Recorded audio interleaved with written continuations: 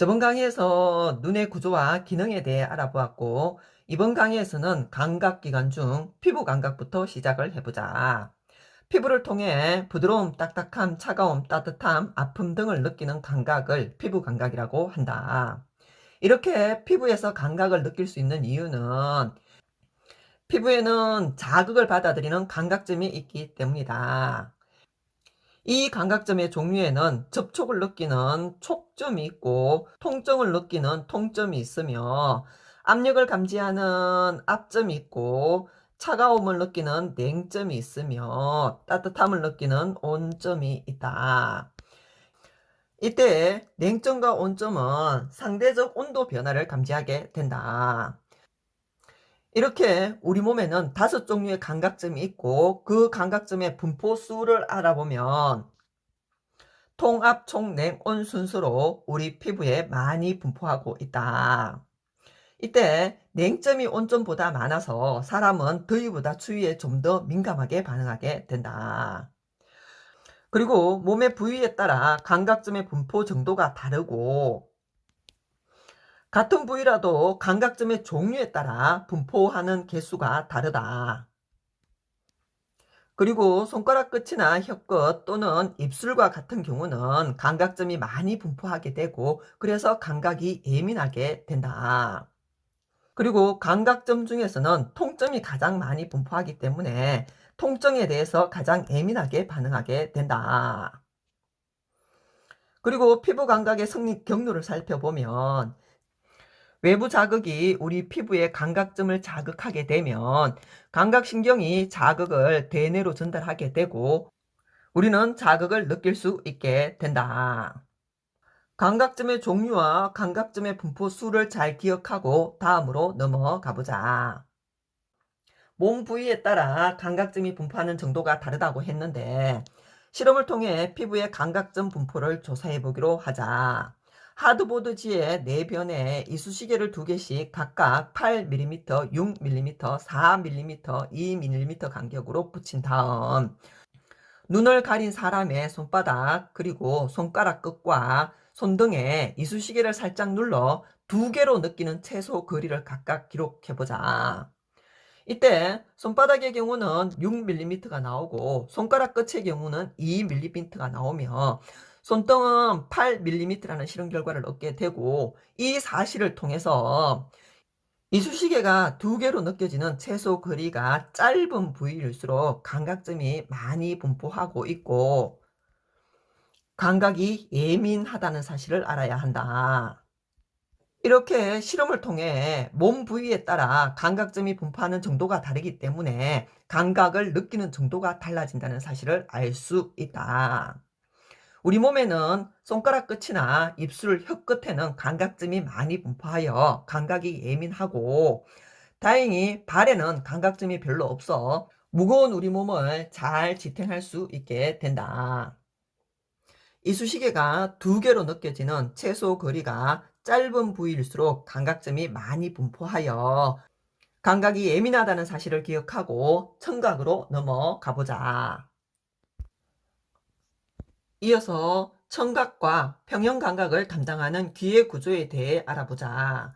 귀가 소리를 듣는 청각을 담당하고 있다는 사실은 잘 알고 있지만 평형감각을 귀에서 조절한다는 사실은 잘 모르는 경우가 있는데 이번 기회에 귀의 구조와 기능에 대해 잘 알아보도록 하자. 먼저 귀에는 소리를 모으는 귓바퀴가 있고 귓바퀴에서 모인 소리는 웨이도를 따라 고막에 전달된다. 고막은 소리에 의해 진동하는 얇은 막이고 고막에서 소리에 의해서 진동이 일어나면 고막 옆에 있는 기속뼈로 진동이 전달되게 된다. 그러면 기속뼈는 고막의 진동을 증폭시켜서 달팽이 모양의 달팽이관으로 전달하게 된다. 그러면 달팽이관에는 소리를 자극으로 받아들이는 청각세포가 있고 이 청각세포에는 청각신경이 연결되어 있어서 청각세포가 받아들인 자극을 청각신경이 대뇌로 전달하게 되면 우리는 소리를 들을 수 있게 된다.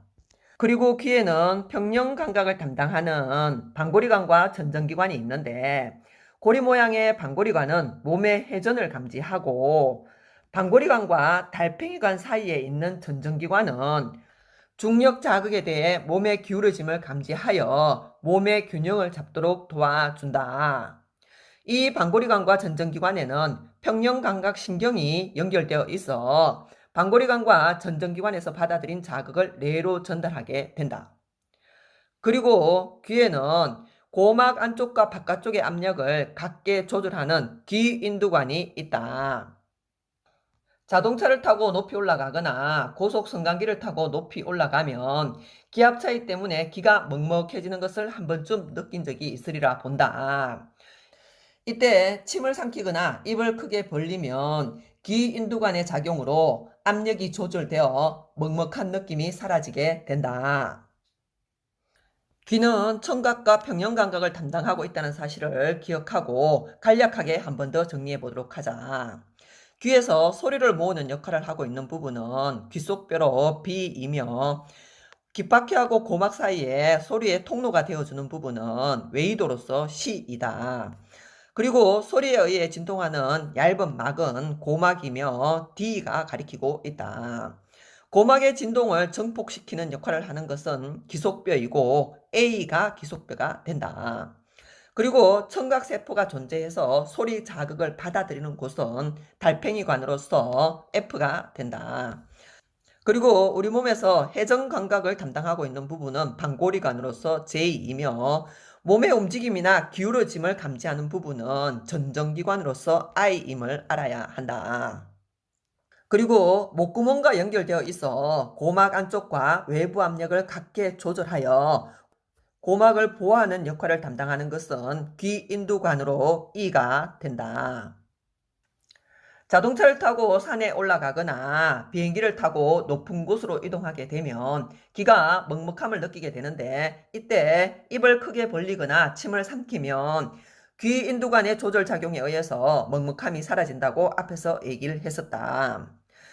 그리고 귀에서 평형감각을 담당하고 있는 부분은 방골이관 J와 전정기관 I인데, 전정기관과 방골이관에서 받아들인 자극을 뇌로 전달하는 신경을 평형감각신경이라 하고, 그림에서 H가 평형감각신경이 된다. 그리고 달팽이관 청각세포에서 받아들인 자극을 뇌로 전달하는 신경은 청각신경이며, 그림에서는 G가 청각신경이 된다. 그리고 청각의 성립 경로를 확인해 본다면, 물체의 진동으로 소리가 발생하게 되면 귓바퀴가 소리를 모으게 되고, 귓바퀴에 모인 소리는 웨이도를 통해 고막으로 전달되어 고막을 진동시키게 된다. 그러면 고막 옆의 기속뼈는 고막의 진동을 증폭시켜 달팽이관으로 전달하게 되고, 달팽이관의 청각세포는 소리를 자극으로 받아들이게 되고, 청각세포에 연결된 청각신경이 소리를 뇌로 전달하면 우리는 소리를 들을 수 있게 된다. 이렇게 귀는 소리를 듣는 청각 외에도 평형감각과 압력 조절에 관여를 하고 있다. 평형감각을 담당하고 있는 기관은 방골이관과 전정기관이라는 사실과 압력 조절은 귀인두관에서 하고 있다는 사실을 기억하고 다음으로 넘어가자. 이번에는 평형감각을 담당하는 방골이관과 전정기관의 기능을 문제로 구분해 보기로 하자. 6개의 예를 잘 읽고 구분해 본다면, 1번에 회전하는 놀이기구를 타면 회전하는 것을 느낄 수 있고, 4번에 눈을 감고도 회전하는 방향을 느낄 수 있으며, 6번에 제자리에서 맴돌다 멈추면 어지럼을 느끼는 것은 회전과 관련된 것으로 방골이관의 작용으로 보아야 하고, 거기에 반해 2번 넘어질 때 몸이 기우는 것을 느낄 수 있고, 3번 승강기를 탔을 때 몸이 움직이는 것을 느낄 수 있으며, 5번 차의 출발과 정지 시 몸의 균형을 잡을 수 있고, 평균대에서 균형을 유지할 수 있는 것은 전정기관의 작용으로 보아야 한다. 그래서 정리를 하면 1번과 4번과 6번은 방골이관의 작용으로 봐야 하고, 2번과 3번과 5번은 전정기관의 작용으로 보아야 한다. 이어서 코의 구조와 기능에 대해 알아보도록 하자. 코는 코 속 윗부분에 후각세포인 후각상피세포를 갖고 있다. 후각상피세포는 점액으로 덮여 있으며 후각상피의 후각세포는 기체 상태의 화학물질의 자극을 받아들이게 되고, 그러면 후각신경이 그 자극을 뇌로 전달하게 되고, 그럼 우리는 냄새를 느낄 수 있게 된다. 이 후각은 다른 감각에 비해 예민하며 쉽게 필요해진다. 후각은 쉽게 필요해지기 때문에 같은 냄새를 계속 맡으면 나중에는 잘 느끼지 못하게 된다. 그래서 여름철에 체육 시간이 끝나고 교실에 문을 열고 들어가면 처음에는 땀 냄새가 진동을 하지만 함께 같이 오래 있다 보면 냄새를 느끼지 못하게 되는 이유가 후각이 쉽게 필요해지기 때문이다. 후각 상피의 후각 세포는 기체 물질을 자극으로 받아들인다는 사실을 기억하고 미각으로 넘어가 보자. 혀의 구조와 미각에 대해 알아본다면 혀 표면에는 뉴드라는 돌기 옆에 여러 개의 맛세포가 모여있는 맛봉오리가 분포하고 있다. 맛세포에서 액체 상태의 화학물질을 자극으로 받아들이게 되고 미각신경이 뇌로 전달하게 되면 우리는 맛을 느끼게 된다. 이때 우리가 느끼는 기본 맛에는 단맛, 짠맛, 쓴맛, 신맛, 감칠맛 해서 5가지가 있다. 이렇게 미각에서 느끼는 기본 맛은 5가지밖에 없지만 우리가 다양하게 음식 맛을 느낄 수 있는 이유는 혀를 통해 느끼는 맛과 코를 통해 느끼는 냄새가 합쳐져서 이루어지기 때문에 우리는 음식 맛을 다양하게 느낄 수 있게 된다. 그래서 간단한 실험을 함께 해본다면 눈을 가린 상태에서는 오렌지 주스와 포도 주스를 맛으로 구분할 수 있다.